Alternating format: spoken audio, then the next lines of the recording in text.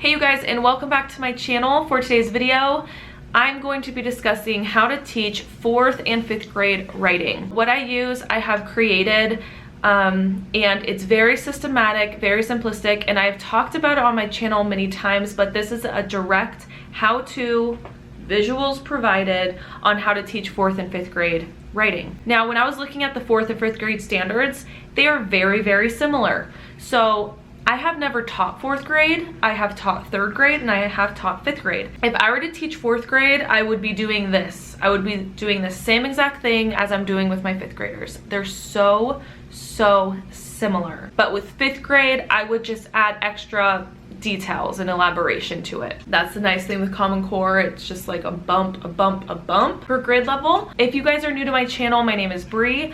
I'm entering my 3rd year teaching 5th grade.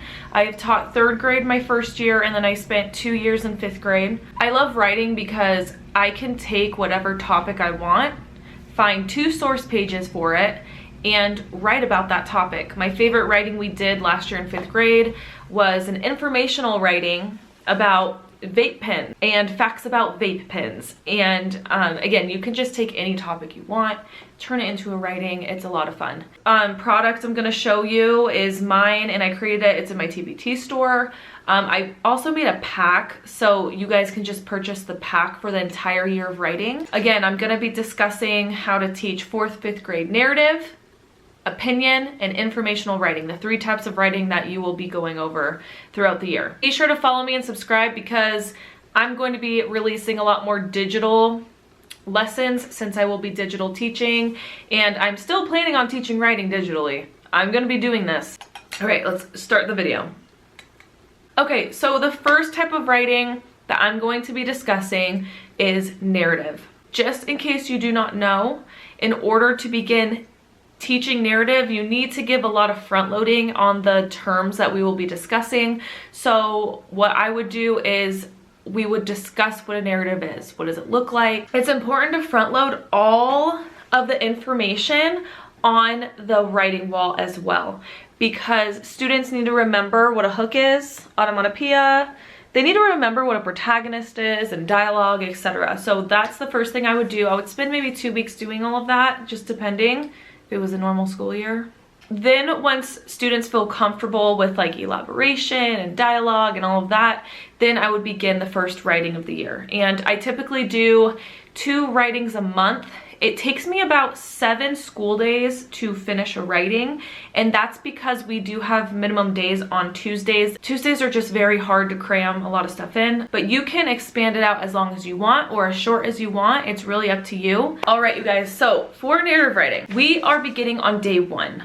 Now, day 1 is we're going to be looking at our source pages, and we're gonna be looking at our prompt. Now, I'm gonna actually use an exact example of what I did for a narrative, and I actually did this for my observation lesson. So the prompt was write a narrative about a day with Theodore Roosevelt at a national park. Because we were reading about Theodore Roosevelt, I just decided to make that a prompt. Day 1 is students are going to be getting a circle map. Now this is part of the product. I print double-sided, so it's just 1 piece of paper. There's a spot for students' names, and there's a spot to write their score down here. So what we're gonna do is we're going to be putting the main idea in the middle of our circle map. And for source 1, for example, it's Theodore Roosevelt. So we would write Theodore Roosevelt source 1, and then we are going to number our paragraphs. Again, this is day 1, so what I do is I tell the class, when I pull your stick, I want you to tell me the first 3 words in paragraph blank. So for example, I would say, all right, Sean, paragraph 1. He would say, Theodore Roosevelt was. Perfect. Write a 1 in a circle and the indentation right here. 1 in circle. I'm surprised I didn't do this on there. I went on the back. I also have this shining on my overhead, so students copy me just in case. Then I do it again for paragraph 2, I do it again for paragraph 3, and etc. Also, in the front of my room, I have the source projected on my projector, and then I have a giant piece of paper with a circle map drawn on it for the class to copy off of as well. So I have a giant one, and then I have this, and the students have these smaller ones that they're working on at their desk. Then we're gonna do a simple I do, we do, you do type of lesson. So first I have I do. What I do is I'm thinking out loud and I'm going through sentence and I'm asking myself, does any of this information, do any of these details pertain to our main idea of Theodore Roosevelt? Yes or no? Yes, underline. And when you underline, you really need to teach students not to underline everything, just the most important information, okay? Awesome. So then we're gonna do I do's, we're gonna do some we do's, I'm gonna pull some sticks, and then I'm gonna have them do partner work on maybe 1 or 2 paragraphs, and I'm gonna set a timer for 5 minutes, and they're gonna work with their partner and underline details. Then I'm gonna pull sticks, and I'm gonna write on my circle map whatever details we find. Then on the very last paragraph of every source, I'm gonna, sometimes I do the last 2 or the last 1. For the last paragraph, students are gonna be doing it on their own. Now this is the formative assessment portion that I pull for a grade. What students are doing, they're doing the same thing we've been doing throughout the whole time. They're gonna look through the paragraph and pull a detail out, and they're gonna write it in their circle map. Now what's different is they need to circle their own detail in red, and that's because when they turn in their papers, I wanna easily see that they did their own detail, they circled it in red, and that's what I'm grading for their formative assessment. That's day 1. Day 2, we're gonna do the exact same thing again. So day 2 is gonna be in the back. They're gonna flip it over. The main idea for day 2, for example, in this prompt is fun things to do in Yosemite National Park. So that would go in the middle, fun things to do in Yosemite National Park, and then we're gonna go through each paragraph, and actually this isn't really like a paragraph style type of source page, so these are actually subheadings. So we would do it by subheading for this example. So we would do the same thing. I do, we do, the last paragraph or the last subheading is gonna be a you do, and they are circling their own detail in red, and they are turning it in, and I am grading it. Now we enter into day 3. And day 3, we are going to be working on our first chunk of our flow map.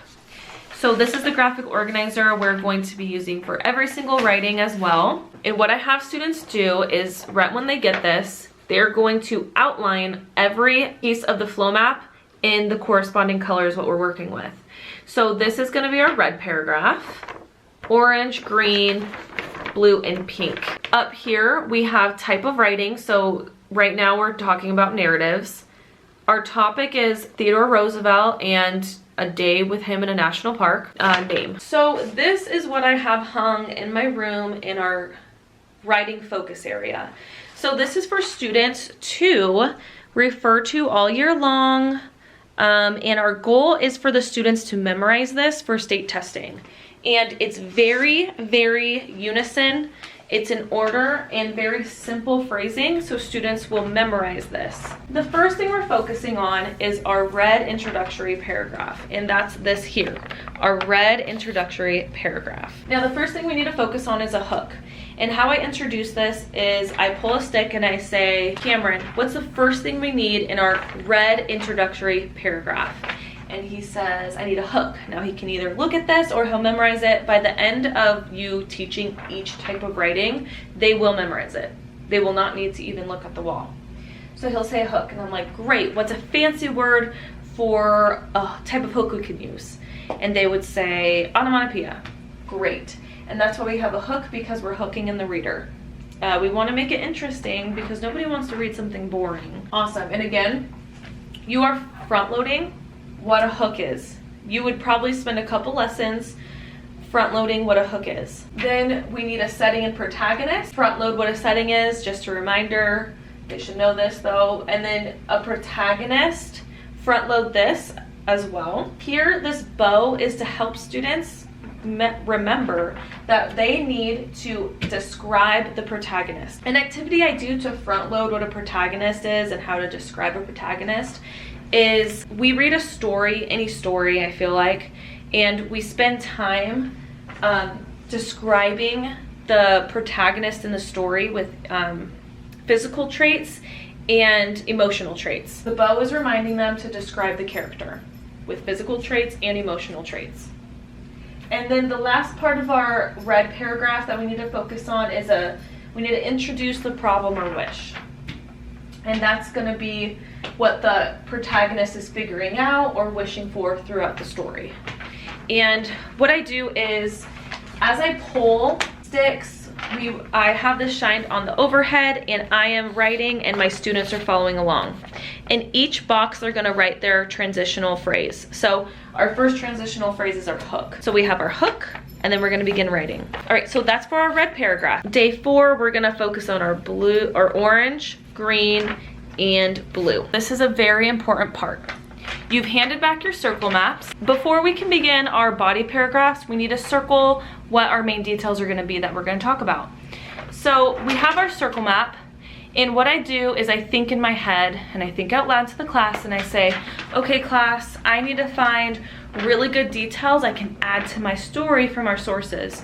So I tell the class, take out their orange, and they take out their orange, or I say, look at source 1. And I want you to circle this detail. Circle in orange. All right, green, circle this detail in green.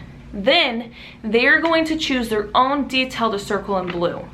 They're gonna have all these circled, and then you're gonna begin with your body paragraphs. Here we have our orange, green, and blue. In the box goes the transitional phrase. So what I do is I pull a stick, and again, front loading with transitional phrases, you would probably do an activity with students, finding transitional phrases and types of writing, or any other activity you can think of. And I would even have an anchor chart hanging for a list of transitional phrases in the room. So students can look and remember if they can't think of one. So I would pull a stick and I would say, Ozzy, what is a good transitional phrase to begin our story?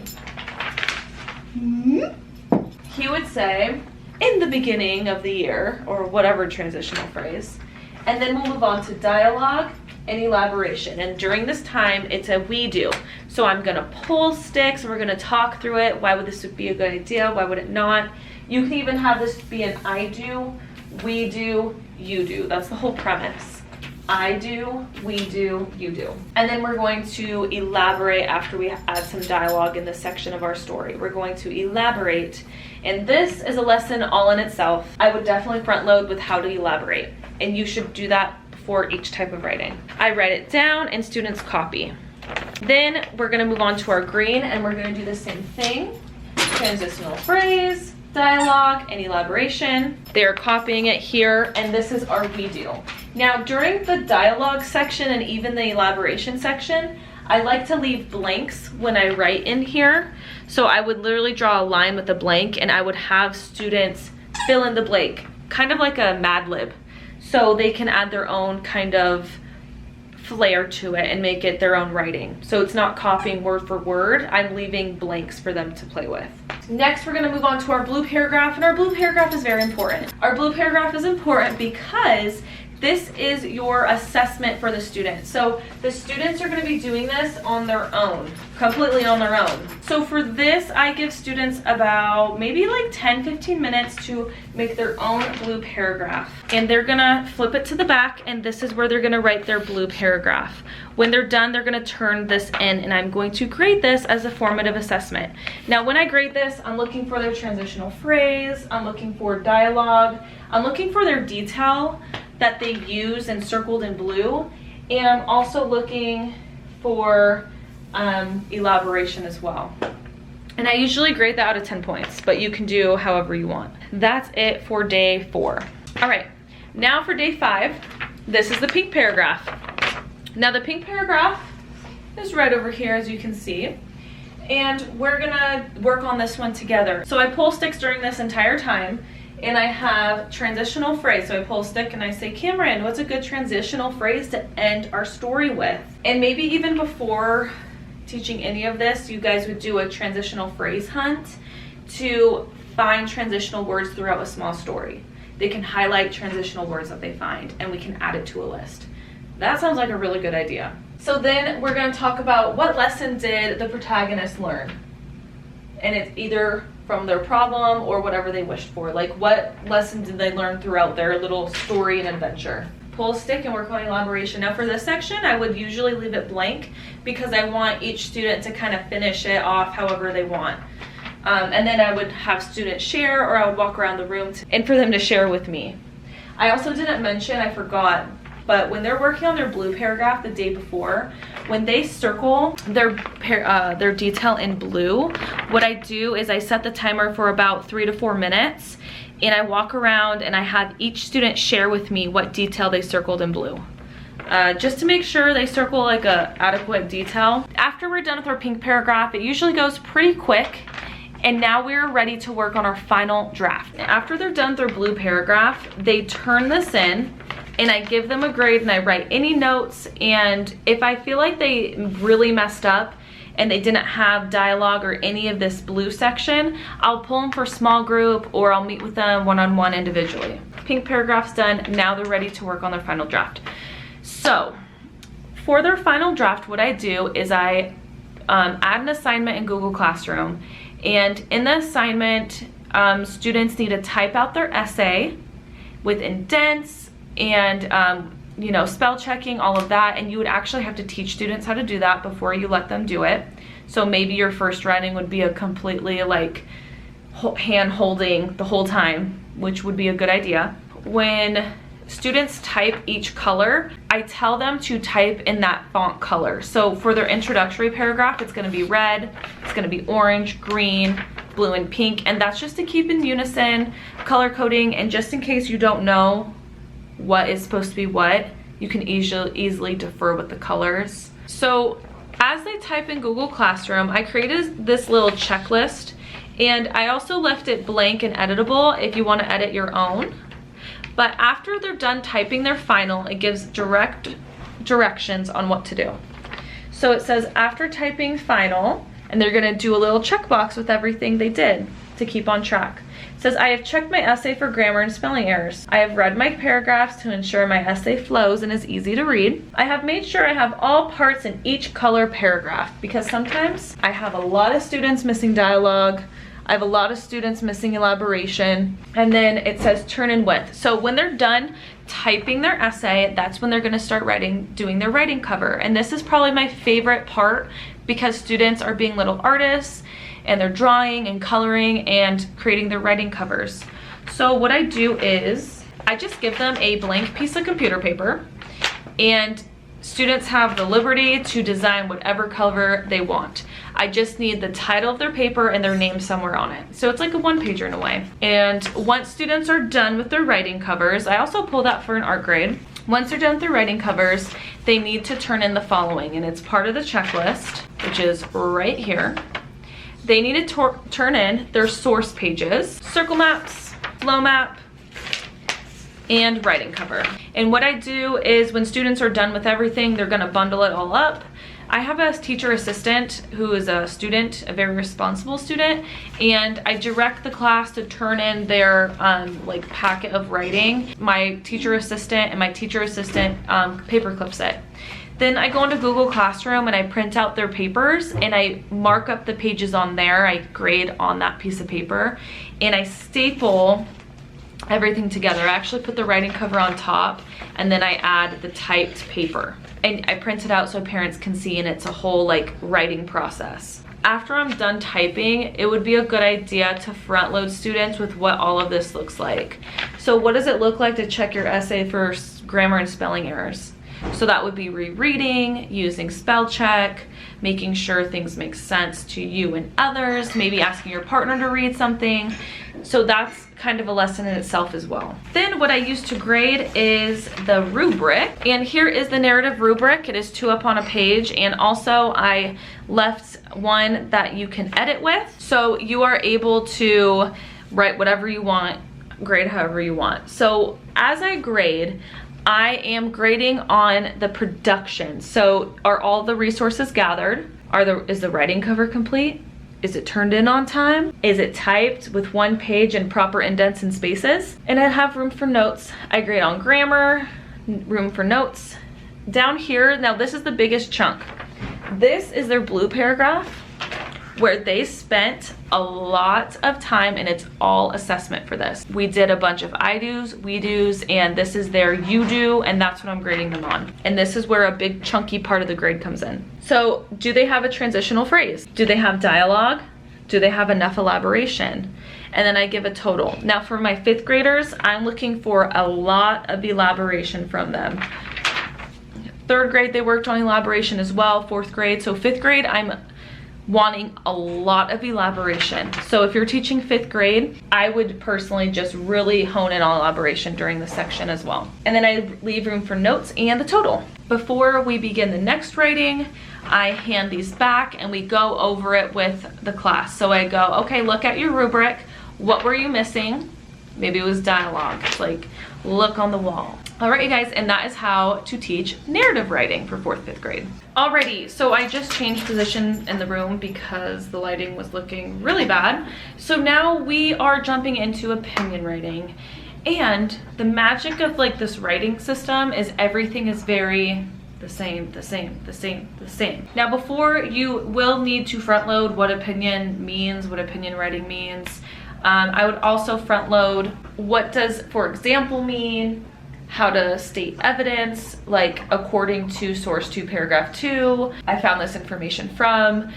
Really practicing evidence is going to be key. This is essentially race in a way. I continue to teach race in my classroom. So race every day, all day.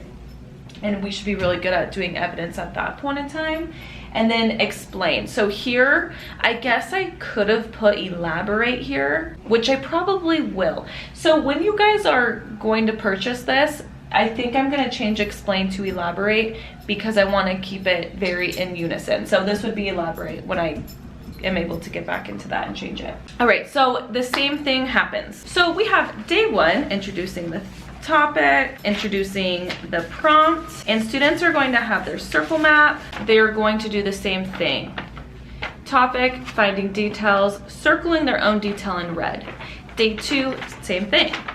They're going to put a topic in here, filling it out together, circling their own detail in red, and they will be turning this in. Day 3 is when we're going to be diving into the flow map, same as before, starting on our red paragraph. Now I'm gonna pretend the prompt is, because this is what I did for Halloween time in the fall. We wrote about if a bat would be a good pet. Like, would a bat be a good pet? And we decided that the prompt said, explain why a bat would not be a good pet to have. Up here, we have our type of writing, which is opinion now. Our topic is explain why a bat would not be a good pet. And then we have our name here. We're gonna start on our red paragraph here, and it's gonna be the same thing. And it's gonna go in the same exact order as it did to our last writing. So I'm gonna pull a stick and I'm gonna say, what would be a good hook to begin our essay? They tell me a hook.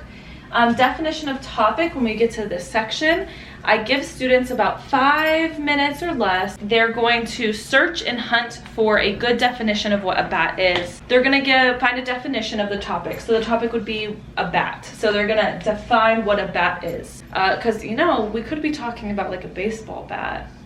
Anyways, so then thesis. This may or may not be a new word for your students. If you teach this in 3rd grade, I have a 3rd grade video as well.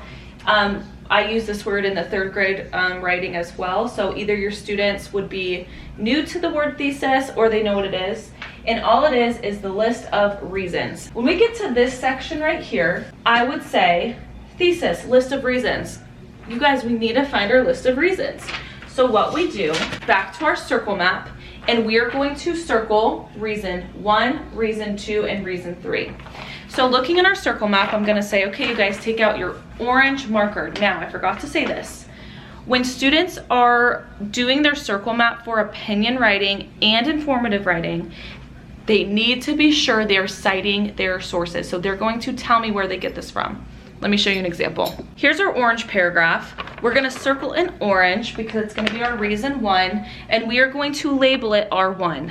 Now, part of the grading for their circle map is I make sure that students have their source 1, paragraph 3. I'm looking for an exact location of where they got their information from. So I need to see a source number and I need to see a paragraph number, and that is counted towards their grade because we're gonna use that for our evidence. We're gonna circle and label reason 1. We're gonna circle and label reason 2 and label it R2 on our circle map. And then we're gonna circle and label reason 3, which is our blue. So same thing. We're gonna do orange together. I'm gonna tell them what to circle. We're gonna do blue together. Or green together. I'm gonna tell them what to circle. Blue, they are doing it on their own. So they're gonna find their third reason and they're going to circle it on their own. Now, during this time again, when they're choosing their third detail in blue, I set the timer maybe for 4 minutes and I walk around the class and I quickly scan each paper, each circle map that's circled in blue, so I can make sure they chose a good enough reason so they can write on it. So after we're done with our thesis and we just explained the list of reasons, we would say a bat would not make a good pet because in our list of reasons. And again, I am writing it in here. And I'm writing in here, and when we get to the list of reasons, I leave a blank because they have to provide their own reason. They chose their own reason. And then we would probably be done for the day. The next day, we're focusing on our 3 body paragraphs. Here, I would pull a stick and I would say, Cameron, what would be a good transitional phrase to begin our body paragraph? And again, every day that you're visiting writing again, you would go over the prompt again, making sure we know what they're talking about and writing to what they're asking for. So he would tell me a transitional phrase. You would probably have a list of transitional phrases somewhere around the room, and they can either choose one from that list or maybe they have their own. Reason 1, what we would say, and in each, I don't know if I said this before, but in each portion of these boxes is where the transitions go. So we would say, first of all, comma, bats eat bugs. Bats don't eat normal food. Bats eat bugs. So that would be reason 1, period. Here, for example, what I'm looking for is, for example, bats eat flies and grasshoppers. So that's what the student would write to explain their reason. Period. Then I'm looking for evidence. Now this is why it's very important and vital that students label where they got their information from. So for the evidence portion, students would say, I found this information from source 1 paragraph 3. According to source 1 paragraph 3, they would say something that tells me where they found the evidence, because they didn't pull it out from the sky, they found it in the source. So where did they find the reason at? And then lastly, they're going to explain / elaborate, and they're just going to explain more about this. They're going to say, because bats eat bugs, they wouldn't make a good pet because I don't have bugs at the store that I can buy. Awesome. This is an I do, and I'm pulling sticks and having students help me. Same with here. This is a we do as well. I may even pull more sticks and have them help me even more, but you're going to do the same thing over here. Reason 2 is labeled. Make sure they have their citation readily available. Second of all, bats stay up all night. They're nocturnal animals. According to source 2 paragraph 3, oops, did I do that wrong? Oh yeah, oops, I switched them, sorry. I knew that didn't look right. For example, bats stay up until 6 a.m. I found this information in source 2 paragraph 5. Bats stay up at night because they're nocturnal animals, and because they're nocturnal, they wouldn't make a good pet because I would be sleeping when they're awake. Something like that, and we're working towards that together. And again, I'm writing everything we're saying on here, and I am shining it under the overhead for students to copy. And then lastly is our blue paragraph, and I give students about 10 minutes again, and they are filling it out all by themselves. They're gonna think of a transitional phrase, they're gonna give me their reason, they're gonna cite their evidence, they're going to give me an example, and then they're gonna explain it more. They should have this as well. They're going to turn in their flow map, and then I'm gonna grade it and hand it back. Then day 5, we are working on our pink paragraph. And our pink paragraph is right here, and we're working on this one together as well. So I pull sticks. I'm constantly pulling sticks during this time, constantly. And I'm asking, pull a stick. What would be a good transitional phrase to finish and end our opinion essay? You would say, in conclusion. In conclusion, my opinion is going back to the prompt, bats would not make a good pet because, and we're just simply going to list our reasons again. Our list of reasons was here. We're simply just going to list our reasons again, period, done. Then students are going to go onto Google Classroom. They're going to begin typing their final essays. They're going to turn it in. They're going to get a writing cover. They're going to color the cover. And then they're going to go off this checklist. After typing, they're going to check it off. They're going to turn in everything. And then I grade it. I grade it with this rubric. And again, I left them editable as well. So if you want to add your own, you totally can. And what I'm grading them on is production, same thing as before, resources gathered, writing cover, turned in on time, paper typed. Grading them on grammar. Now their blue paragraph, I'm looking to see if they have a transitional phrase, if their reason is clearly stated, if they have their evidence, do they have an example? Why am I switching these two? Oh my goodness, sorry guys. It's your Atlanta. Sorry, this is how it should look. Reason 3, for example, their evidence and then their explanation. Now this is what I really focus on in 5th grade. Students should be giving me a really good explanation and elaboration down here. Maybe if you're in 4th grade, maybe you're just gonna focus on these 3 elements in each row and then gradually add and explain. But explain is really crucial in 5th grade. And I really want them to elaborate a lot. And then notes and total. And it gets turned back into them before we begin our next writing. Then we go over to see what they did correctly or incorrectly. Because I'm thinking about it, last school year, before the pandemic hit, we wrote 14 essays, I believe, either 14 or 15 essays. We wrote 5 narrative, 5 opinion, and 4 informational. I could have probably did a 5th, but we didn't even finish our last one actually because of the pandemic. And that was for opinion writing. All right, you guys, I just want to show you what the difference is between the opinion and the informational. And this is another reason why I love this writing design, because it's just so seamless into the next. You know, I would maybe even begin with informational, opinion, and then lastly narrative, but it's totally up to you guys. I don't know. The only thing that's changing is our thesis is now going to be our list of details. Our reason 1 is going to turn to detail 1. Our reason 2 is going to turn to detail 2. Our reason 3 is going to change to detail 3. We're going to list our details and we're going to end with a question or statement. Now we're in informational, and this might be the easiest one, so I'm actually thinking maybe I should teach this one first. I don't really know. But I don't really know if the order matters. It's really up to you. But again, we're going to do the same thing we have been doing all school year this whole time. We're gonna start with front loading anything we need to know about informational.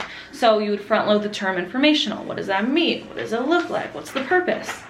Then we're gonna probably revisit what details mean.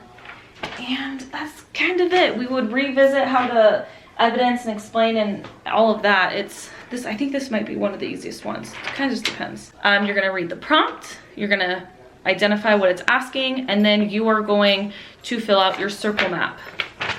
Same thing as before. Here's your circle map. You're gonna do a detail. Students and yourself, you're gonna read through, write the details in. Students do the last paragraph on their own, and they circle their own detail in red. Day 2, they're gonna do the back with source 2, doing the same thing, circling their own detail in red, and then they're gonna turn it in. You're gonna grade hand to back. Now we're ready for the flow map. So now we are going into our flow map, and it's literally gonna be the same thing. So up here, we have our type of writing, which is informational, our topic, and then our name, which goes up here. Red paragraph again. Our hook, I'm pulling 6 the whole time. It's literally the same thing, same thing, same thing. And as you get to the end of the year, it's like, you can just throw your hands up because they get really good at it towards the end of the year. So we have our hook, our onomatopoeia, we have our definition of topic, and the students are going to look through the sources and find a really good definition. And then they're going to write their thesis, and their thesis is their list of details. So when you get to here, you're going to tell the students to go on their circle map and you're gonna say, okay, I want you to circle this detail and label it D1. And again, make sure when you grade their circle maps that they have their sources labeled with the paragraph number. I take points off if they don't. And then you're gonna tell them circle this detail, D2, detail 2.